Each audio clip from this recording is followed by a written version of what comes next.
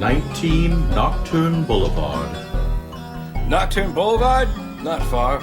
When you hit Howard, hang a right. Howard meets Phillip at a weird kind of angle, and then you cross James and Poe.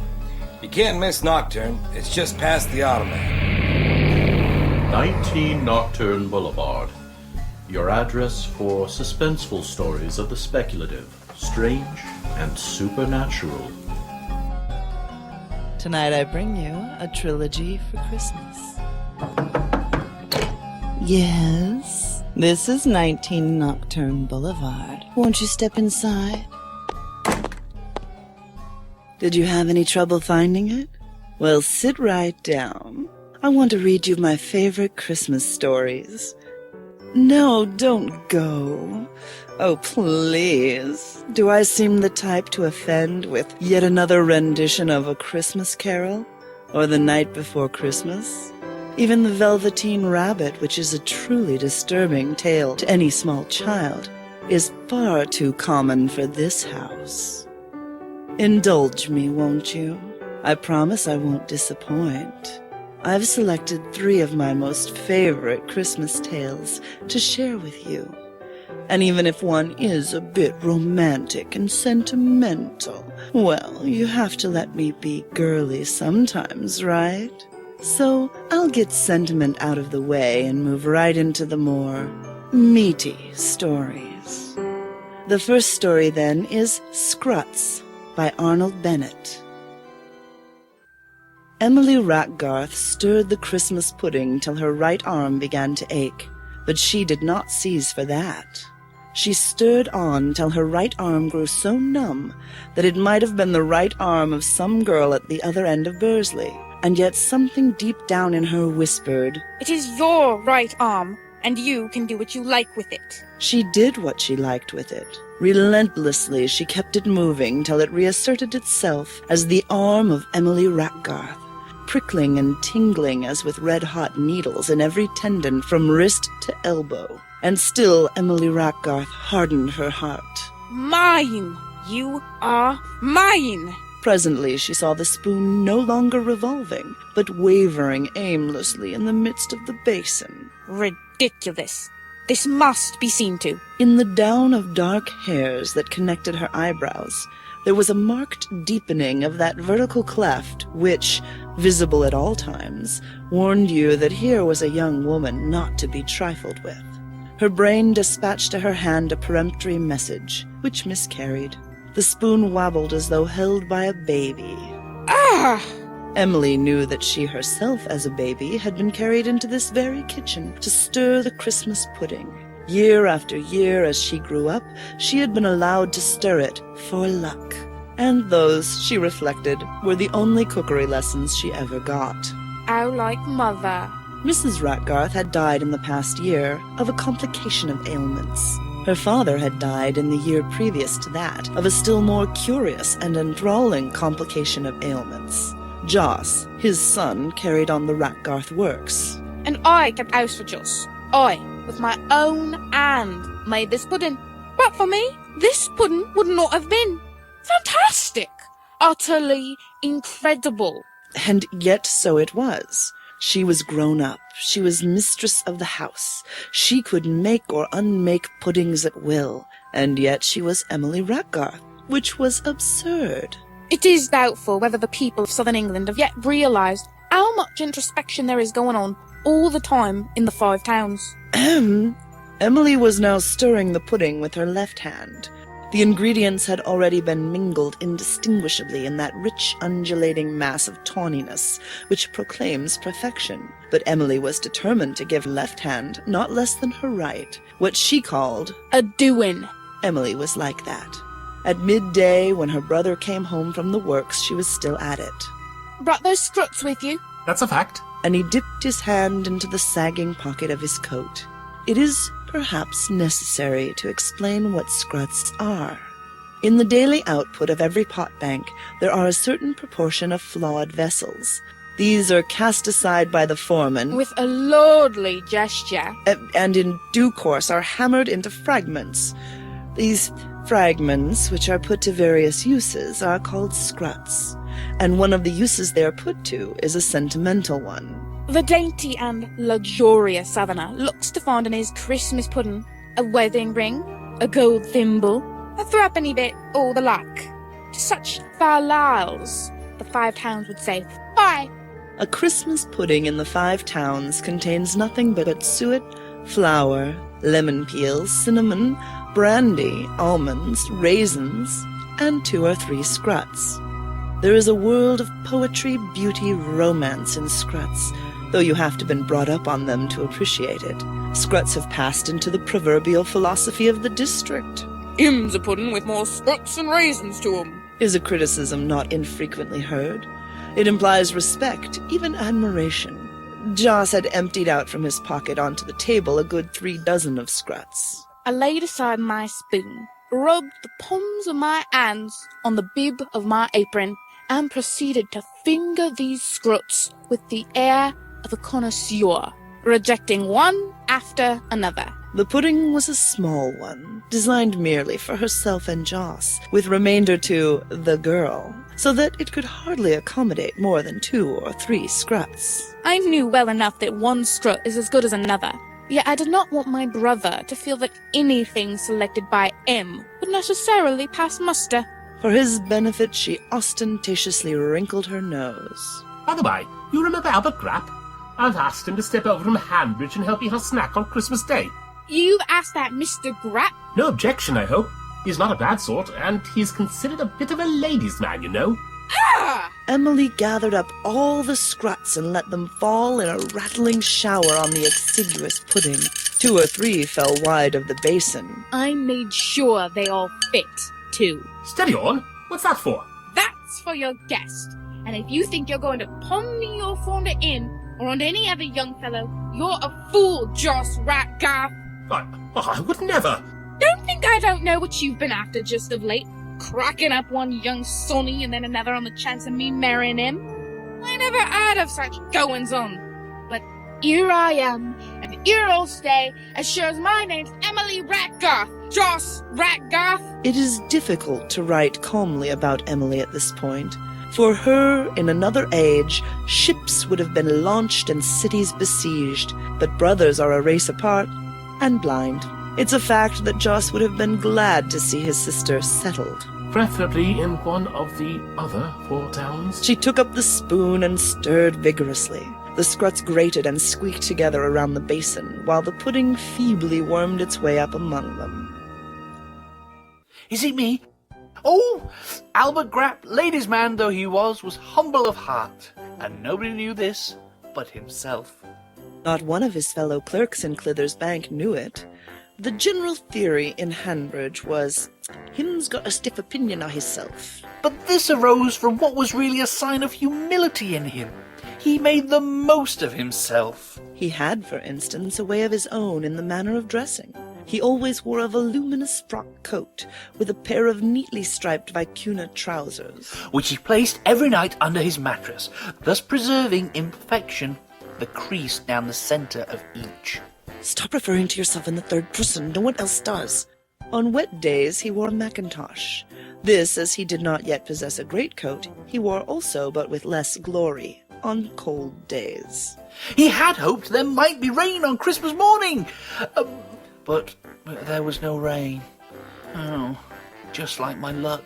Since Joss Wrackgarth had introduced Albert to his sister at the Hanbridge Oddfellows Biennial Hop, when I danced 2 quadrilles with her. He had seen her but once. He had nodded to her 5 Towns fashion, and she had nodded back at him, but with a look that seemed to say, You needn't nod next time you see me. I can get along well enough without your nods. A frightening girl. And yet her brother had since told me she seemed a bit gone-like on me. Oh, impossible! He, Albert Grapp, make an impression on the brilliant Miss Wrackgarth. Yet she had sent him a verbal invite to spend Christmas in her own home. You're doing it again. And the time had come. He was on his way. Incredible that he should arrive. The tram must surely overturn or be struck by lightning, and yet, no! He arrived safely. The small servant who opened the door gave him another verbal message from Miss Wrackgarth. "Wipe your feet well on the mat." In obeying this order, he experienced a thrill of satisfaction he could not account for. He must have stood shuffling his boots vigorously for a full minute. This, he told himself, was life.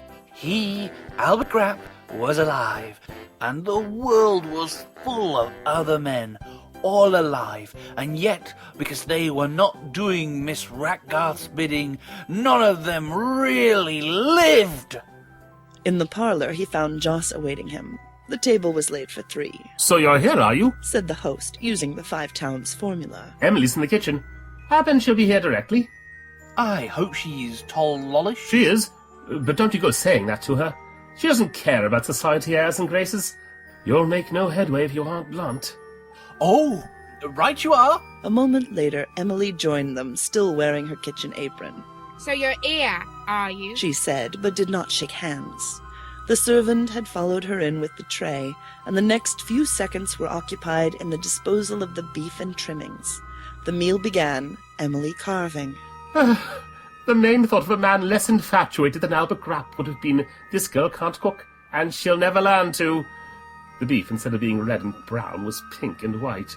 Uneatable beef. And yet he relished it more than anything he had ever tasted. This beef was her own handiwork. Thus it was because she had made it so. Happen I could do with a bit more, like? Emily hacked off the bit more and jerked it onto the plate he had held out to her. Only when the second course came on did he suspect that the meal was a calculated protest. This a Christmas pudding? The litter of fractured earthenware was hardly held together by the suet and raisins. All his pride of manhood, and there was plenty of pride mixed up with Albert Grapp's humility, dictated a refusal to touch that pudding.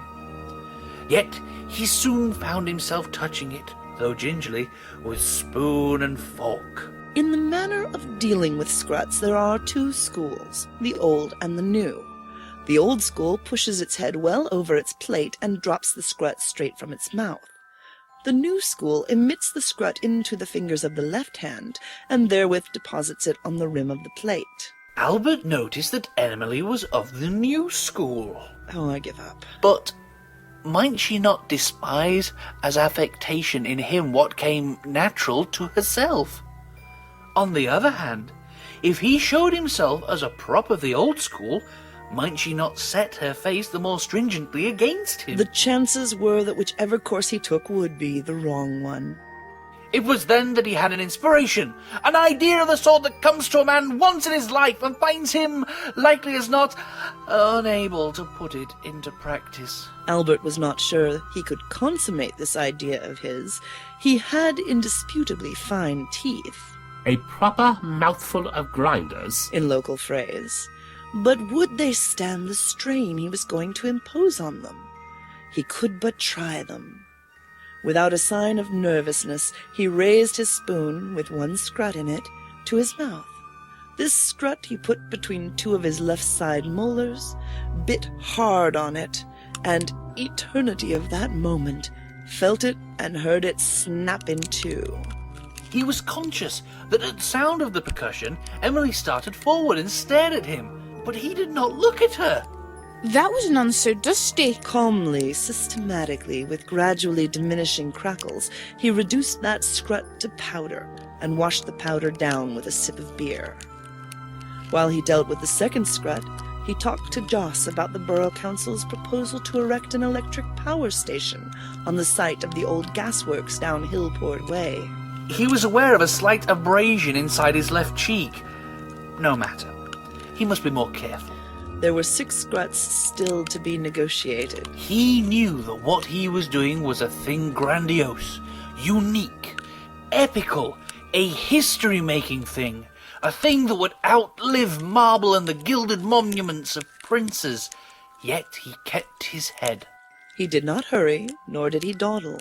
Scrut by scrut he ground slowly, but he ground exceeding small. And while he did so, he talked wisely and well. He passed from the power station to a first edition he had picked up for sixpence in Liverpool, and thence to the Midlands proposal to drive a tunnel under the Knype Canal so as to link up the main line with the Critchworth and Settleford loop line. I was too amazed to put in a word, but sat nearly gaping. A gape that merged by imperceptible degrees into a grin. Presently I ceased to watch our guest. I sat watching my sister. Not once did Albert himself glance in her direction. She was just a dim silhouette on the outskirts of his vision. But there she was, unmoving, and he could feel the fixture of her unseen eyes. The time was at hand when he would have to meet those eyes. Would he flinch? Was he master of himself? The last scrut was powder. No temporizing. He jerked his glass to his mouth. A moment later, holding out his plate to her, he looked Emily full in the eyes. They were Emily's eyes, but not hers alone. They were collective eyes, that was it. They were the eyes of stark, staring womanhood. Her face had been dead white, but now suddenly up from her throat, over her cheeks, through the down between her eyebrows went a rush of color, up over her temples, through the very parting of her hair. Happen I'll have a bit more like? Emily flung her arms forward on the table and buried her face in them. It was a gesture wild and meek. It was the gesture foreseen and yet incredible. It was recondite, inexplicable, and yet obvious. It was the only thing to be done, and yet, by gum, I had done it. Her brother had risen from his seat and was now at the door. Think I'll step round to the works and see if they banked up that furnace, all right?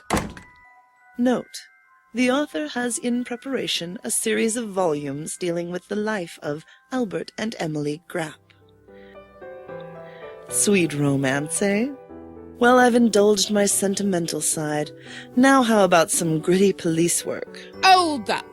You really think I'll get itched over some fellow who sups pottery? That's how the story ends. And he's a good-looking chap. And your accent is wretched. Go back to your story. Won't. Your story's over. Shut up. Can't make me. You know better than me. I've 10 toes and 10 fingers just the same. I'll close the book, and then you'll be gone until someone else reads you. And you're far enough out of print, that won't happen anytime soon. Right. I'll sit here then, shall I? Don't care. Just keep quiet. My next tale is PC X36 by Rudyard Kipling. Then it's call him tight in the name of the Lord. Hustle him, shake him till he's sick. What he would he well. Then you've got to give him hell, and it's crunch, crunch, crunch, and does the trick. From Police Station Ditties. Sounds like a donkey. Shh! I'd spent Christmas Eve at the club, listening to a grand powwow between certain of the choicer sons of Adam. Hold on. I'm the one reading this story. But I'm the narrator. You tell her. I'm the reader. You need to keep quiet. You might have thought first before taking on a first-person narrative, mightn't you? Well, I'll endeavor to sound like you. Now wait for your cue. Then Slushby had cut in. Slushby is one who writes to newspapers and is theirs obediently humanitarian. When Slushby cuts in, men remember they have to be up early next morning. Sharp a corner on the way home, I collided with something firmer than the regulation pillar box. I righted myself after the recoil and saw some stars that were very pretty indeed. Then I perceived the nature of the obstruction. Evening, Judlip, I said sweetly, when I collected my hat from the gutter. Have I broken the law, Judlip? If so, I'll go quiet. It's time you was in bed. Your ma'll be looking out for you. This from the friend Of my bosom. It hurt. Many were the night beats I had been privileged to walk with Judlip, imbibing curious lore that made glad the civilian heart of me. 7 whole 8x5-inch notebooks had I pitmanized him with Judlip. And now, to be repulsed as one of the uninitiated. It hurt horrid. Don't you start in again. Don't. There is a thing called dignity. Small boys sometimes stand on it. Then they have to be kicked. Then they get down weeping. I don't stand on dignity. What's wrong, John Judlip? I asked more sweetly than ever. Drawn a blank tonight? Yes. Drawn a blank, blank, blank. I haven't had so much as a kick at a lost dog. Christmas Eve ain't what it was. I felt for my notebook. Lord, I remembers the time when the drunks and disorderlies down this street was as thick as flies on flypaper. One just picked him off with one's finger and thumb. A bloomin' buffet, that's what it was. The night's yet young, Judlip, I insinuated, with a jerk of my thumb at the flaring windows of the Rat and Bloodhound. At that moment, The saloon door swung open, admitting a man and woman who walked with linked arms and exceeding great care. How sweet. Judlip eyed them longingly as they tacked up the street. Then he sighed. Now when Judlip sighs, the sound is like unto that which issues from the vent of a Crosby boiler when the cog gauges are at 260 degrees. come, Judlip, I said. Possess your soul and patience. You'll soon find someone to make an example of. Meanwhile, I threw my head back and smacked her lips. The usual, Judlip? In another minute I emerged through the swing door, bearing a furtive glass of that same usual, and nipped down the mews where my friend was wont to await these little tokens of esteem. To her majesty of the law, Judlip. When he had honored the toast, I scooted back with the glass, leaving him wiping the beads off his beard bristles. He was in his philosophic mood when I rejoined him at the corner. What am I? A bloomin' cipher. What's the sergeant? He's got the inspector over him. Over above the inspector there's a superintendent. And over above him there's the old red tape masticating yard. Over above that there's the home sec. What's he? A cipher like me.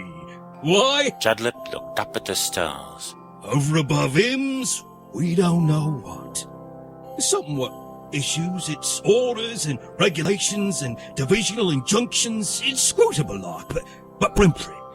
And we has to see as how they're carried out. Not asking no questions, but each man going about his duty. His duty, said I, looking up from my notebook. Yes, I've got that. Life ain't a bean feast. It's a harsh reality. And them as makes it a bean feast has got to be harshly dealt with according. That's what the force is put here for from above. Not as how we ain't fallible. We makes our mistakes, and when we makes our mistakes, we sticks to 'em. For the honour of the force, which same as the jewel Britannia wears on her bosom as a charm against anarchy. That's what the blasted old beaks don't understand. You remember Smithers of our div? I remembered Smithers well. As fine, upstanding, square-toed, Bullet-headed, clean-living, go on, son of a gun. Ta! As ever perjured himself in the box. There was nothing of the softy about Smithers. Took off my billycock to Smithers' memory. Sacrifice to public opinion?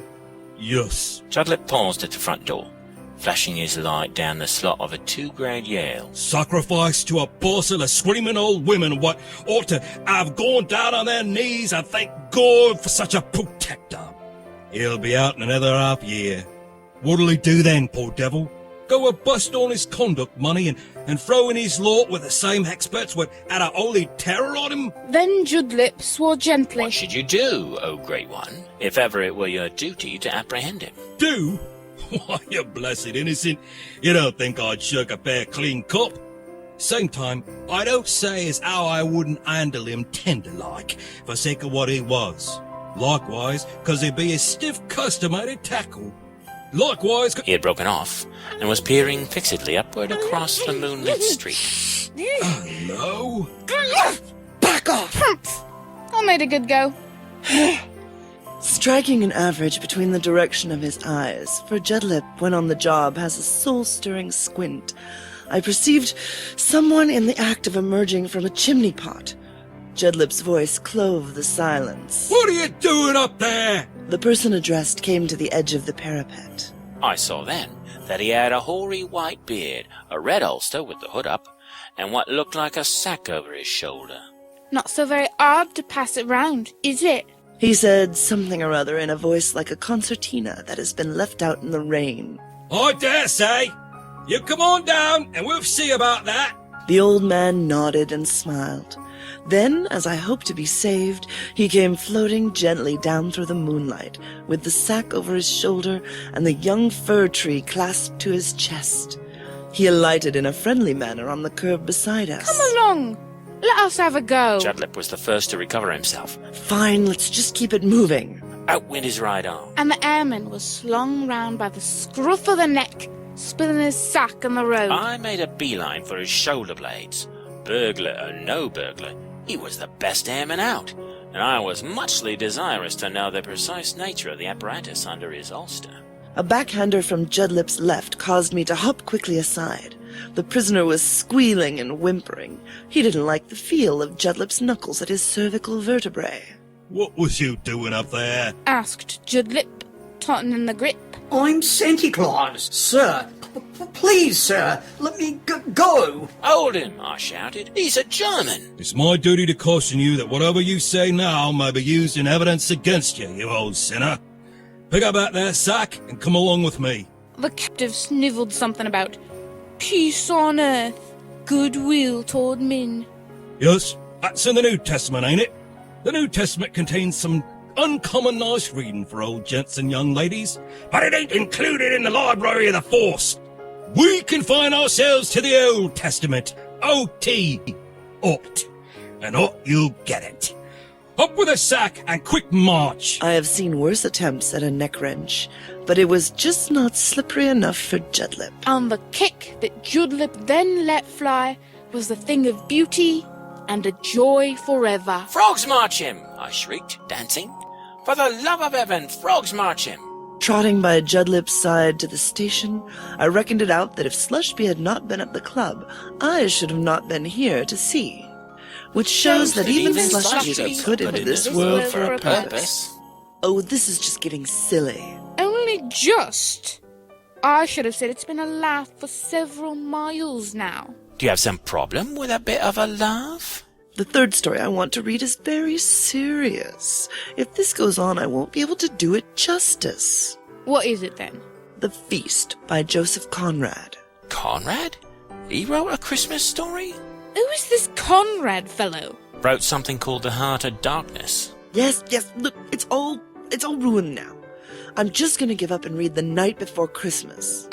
That sentimental pap? The mood is gone. What do you think? Okay. We might... Let me. I don't think so. Look, you... I think we've not been introduced. Olivia. Right. Olivia. Why not let us help read the story? Oh, we can do that well enough, can't we? Certainly. And keep the comments to a minimum? Well... Or box his ears for you if he steps across the line. It's worth a try. The hut in which slept the white man was on a clearing between the forest and the river. Silence. The silence murmurous and unquiet of a tropical night brooded over the earth that, baked through by the sun, sweated a vapor beneath the cynical light of the stars. Mahamo lay rigid and watchful at the hut's mouth. In his upturned eyes and along the polished surface of his lean body, black and immobile, the stars were reflected, creating an illusion of themselves, who are illusions. The roofs of the congested trees, writhing in some kind of agony, private and eternal, made tenebrous and shifty silhouettes against the sky, like shapes cut out of black paper by a maniac who pushes them with his thumb this way and that, irritably, on a concave surface of blue steel. Resin oozed unseen from the upper branches to the trunks swathed in creepers that clutched and interlocked with tendrils venomous, frantic, and faint. Down below, by force of habit, the lush herbage went through the farce of growth, that farce old and screaming, whose trite end is decomposition. Optimist, eh? Shh. Ouch. Within the hut, the form of the white man, corpulent and pale, was covered with a mosquito net that was itself illusory like everything else, only more so. Flying squadrons of mosquitoes inside its meshes flickered and darted over him, working hard, but keeping silence so as not to excite him from sleep. Cohorts of yellow ants disputed him against cohorts of purple ants, the two kinds slaying one another in thousands. Ugh. The battle was undecided, when suddenly, with no such warning as it gives in some parts of the world, the sun blazed up over the horizon, turning night into day, and and the insects vanished back into their camps. The white man ground his knuckles into the corners of his eyes, emitting that snore, final and querulous, of a middle-aged man awakened rudely. With a gesture brusque but flaccid, he plucked aside the net and peered around. The bales of cotton cloth, the beads, the brass wire, the bottles of rum had not been spirited away in the night. So far, so good. The faithful servant of his employers was now at liberty to care for his own interests.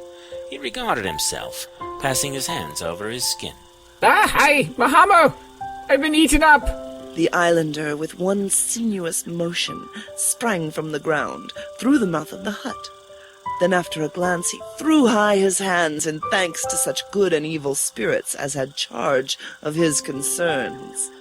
In a tone half of reproach, half of apology, he murmured, You white men sometimes say strange things that deceive the heart.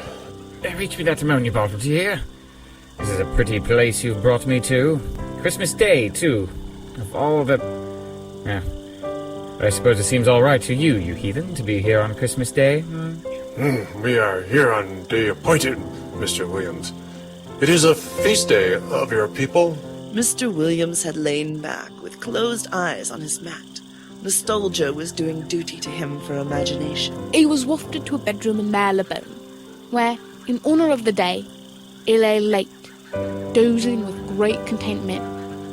Outside, a slush of snow in the street, the sound of church bells. From below, a savour of a special cookery.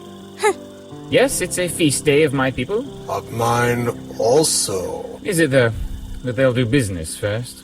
They must first do that. And they'll bring their ivory with them? Every man will bring ivory. The islander answered with a smile, gleaming and wide. How soon will they be here? Has not the sun risen? They are on their way. And I hope they'll hurry. The sooner we're off this cursed island of yours, the better. Take all those things out. Mr. Williams added, pointing to the merchandise. And arrange them. Neatly, mind you. In certain circumstances, it is right that a man be humoured in trifles. Mahamo, having borne out the merchandise, arranged it very neatly. While Mr. Williams made his toilette, the sun and the forest, careless of the doings of white and black men alike, waged their warfare implacable and daily. The forest from its inmost depths sent forth perpetually its legions of shadows that fell dead in the instant of exposure to the enemy, whose rays, heroic and absurd, its outposts annihilated. What's all this to do with Christmas? Want me to cover one? It takes place on Christmas Day. They already said that. But this is all jungle creepers and spooky shadows and vermins. If there's one thing that doesn't come to my mind when I think of Christmas, it's ants and mosquitoes and such. You should see some of the places I've been. Why don't we just finish the story? There came from those inilluminable depths the equitable rumour of myriads of winged things and crawling things newly roused to the task of killing and being killed. Thence detached itself, little by little, an insidious sound of a drum beaten. This sound drew more near. Aha, I see where this is going. Drums in the distance are never a good sign. Maybe I haven't travelled all over the great wide world, fellow, but even I can probably guess at that. Mr. Williams, issuing from the hut, heard it and stood gaping towards it. Is that them? That is they. The islander murmured, moving away toward the edge of the forest. Does he not notice? What sort of a dullard is he? Do you have a gun? Oh. Calm down. It's just a story. Don't go telling me when to calm down. I just hate stories where stupid people do very stupid things. What possessed this fool to sail half round the world anyway? Sounds of chanting were a now audible accompaniment to the drum. What's that they're singing? They sing of their business. Oh. I'd have thought they'd be singing of their feast. It is of their feast they sing. It has been stated that Mr. Williams was not imaginative. Oh, I say. Oh, no, you stay put. But a few years of life in climates alien and intemperate had disordered his nerves. There was that in the rhythms of him which made bristle his flesh. Suddenly, when they were very near, the voices ceased, leaving a legacy of silence more sinister than themselves. And now, the black spaces between the trees were relieved by bits of white that were the eyeballs and teeth of Mahamo's brethren. It was of their feast. It was of you they sang. I knew it! It was obvious. Look here. Cried Mr. Williams in his voice of a man not to be trifled with. Look here, if you've got... Ah! He was silenced by sight of what seemed to be a young sapling sprung up from the ground within a yard of him. A young sapling, tremulous, with a root of steel. Then a thread-like shadow skimmed the air, and another spear came impinging the ground within an inch of his feet. As he turned in his flight, he saw the goods so neatly arranged at his orders, and there flashed through him, even in the thick of the spears, the thought that he would be a grave loss to his employers. This, for Mr. Williams, was, not less than the goods, of a kind easily replaced, was an illusion. It was the last of Mr. Williams' illusions. So, what shall we do now? Happy holidays all, wherever and whatever they may be.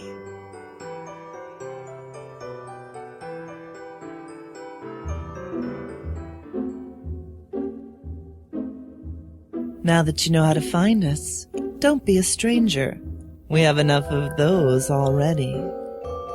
Tonight's episode, A Trilogy for Christmas, was adapted by Julie Hoverson from the stories Struts by Arnold Bennett, PC X36 by Rudyard Kipling, and The Feast by Joseph Conrad, as they appeared in the collection A Christmas Garland, edited by Max Beerbohm and published in 1912, and which is available from the Project Gutenberg website.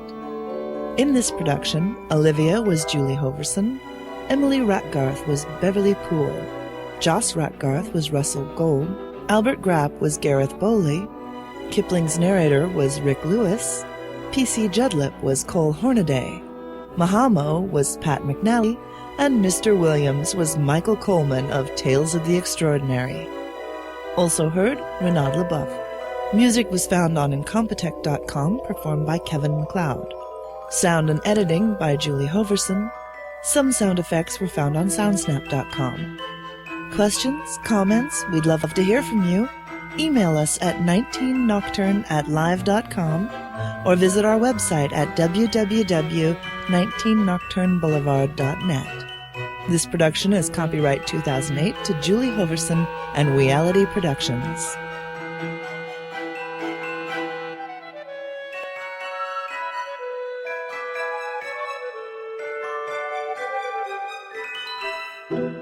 The white man ground his knuckles into the corners of his eyes, emitting that snore, final and querulous, of a middle-aged man awakened rudely. The bales of cotton cloth, the beads, the brass wire, the bottles of rum had not been spirited away in the night. So far, so good. The faithful servant of his employers was now at liberty to care for his own interests. He regarded himself, passing his hands over his skin. Help! I'm being eaten up! The islander, with one sinuous motion, sprang from the ground, through the mouth of the hut. Then after a glance he threw high his hands in thanks to such good and evil spirits as had charge of his concerns. You white men sometimes say strange things that deceive the heart. Reach me that ammonia bottle, do you hear me, Ungawa? His name's Mahamo. Look, there are only so many names I can remember. It's much easier if I just call you Ungawa. All right, my little native? Wonderful. Yes. This is a pretty place you've brought me to, eh? Christmas Day at that. Of all the... Oh, but I suppose it seems all right to you, you heathen, to be here on Christmas Day. We are here on day appointed, Mr. Woods. It is a feast day of your people. Oh, yes. It is a feast day of my people. I myself make a fine brandy wine. It's sort of a sherbet. A wine sherbet. I myself make a cracking Christmas pudding. Of mine also. Is it though? But they'll do business first, yes? Get cracking. They must first do that. And they'll bring their ivory with them? Their pretty, pretty white ivory? You're enjoying that far too much. I suppose it's actually more of an ivory white. Guess that's why it's called ivory. What? Every man will bring ivory. The islander answered with a smile, gleaming and wide. Wonderful. How soon will they be here? Has not the sun risen? They are on their way. I hope they'll hurry. The sooner off this cursed island of yours, the better. Seriously, I haven't had a good bath in weeks. I smell like dirty seaweed. You should see yourself in a mirror. But then I suppose you're used to that, eh? Yes. And take all those things out and arrange them. Neatly, mind you. In certain circumstances, it is right that a man be humoured in trifles. Mahamo, having borne out the merchandise, arranged it very neatly. Thence detached itself, little by little, an insidious sound of a drum beaten. Is that them? That is they. Look, don't get grammatical with me. Sounds of chanting were a now audible accompaniment to the drum. What's that they're singing? They sing of their business. Oh, I'd have thought they'd be singing of their feast. It is of their feast they sing. Now look here, is it the feast or the business? Make up your mind, boy. It has been stated that Mr. Williams was not imaginative. Oh, I say. Oh no, you stay put. But a few years of life in climates alien and intemperate had disordered his nerves. There was that in the rhythms of him which made bristle his flesh. It was of their feast. It was of you they sang. What? Oh, now look here. Cried Mr. Williams in his voice of a man not to be trifled with. Look here, if you've got a... Oh, is that a javelin? Oh, applesauce. Run! Ow! My leg! Ooh, that's gonna sting in the morning.